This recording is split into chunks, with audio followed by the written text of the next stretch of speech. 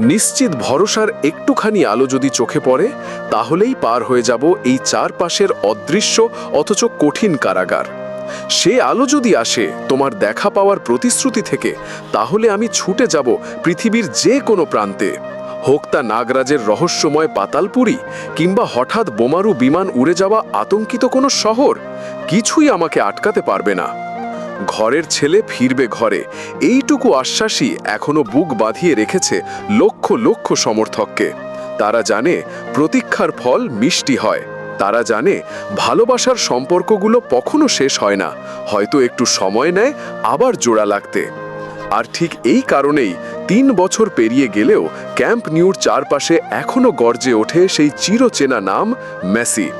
আজও তার জয়গান ধ্বনিত হয় অলিতে গলিতে, কারণ এ সম্পর্ক শুধুই খেলোয়াড় আর ক্লাবের নয়, এ এক আত্মিক বন্ধন।